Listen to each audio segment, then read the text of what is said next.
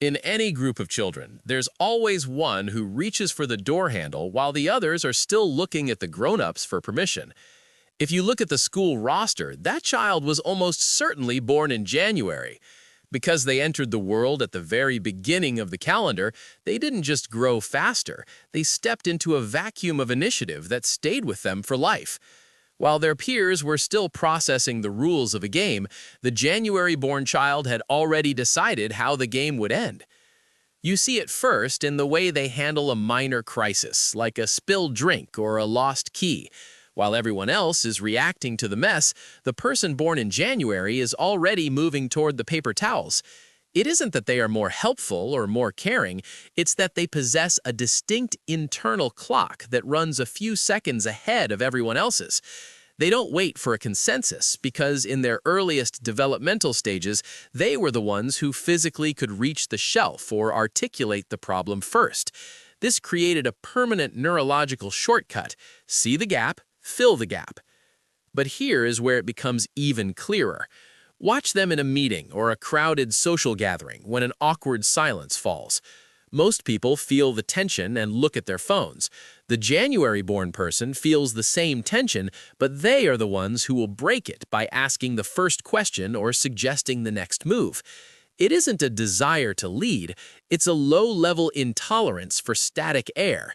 They act before others even realize a choice exists, simply because their baseline expectation is that things only move if they nudge them. Most people don't notice the subtle cost of this first mover instinct. When you are always the one who calculates the tip or navigates the group through a terminal, people stop offering to help. Over time, this shapes a very specific kind of January-born isolation.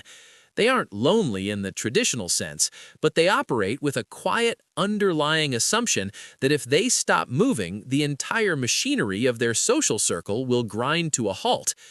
You can see it in the way they check their watch when no one is looking, a constant, silent calibration of the room's momentum. And notice this part. Their face rarely reflects the intensity of that internal calculation.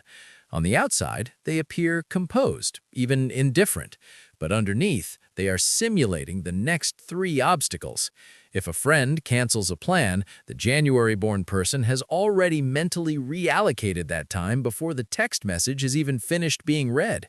They don't dwell on the change because they've already moved into the new reality. This isn't about being mature, it's about a specific early-onset self-reliance that never quite turns off.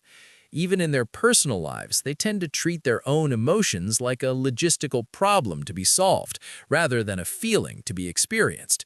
They fix the situation, and only much later do they realize they forgot to feel anything about it. It's a rhythmic, mechanical way of existing that started in a classroom where they were the oldest, the tallest, or the first to understand the instructions. Decades later, they are still standing at the front of the line, waiting for the rest of the world to finally catch up.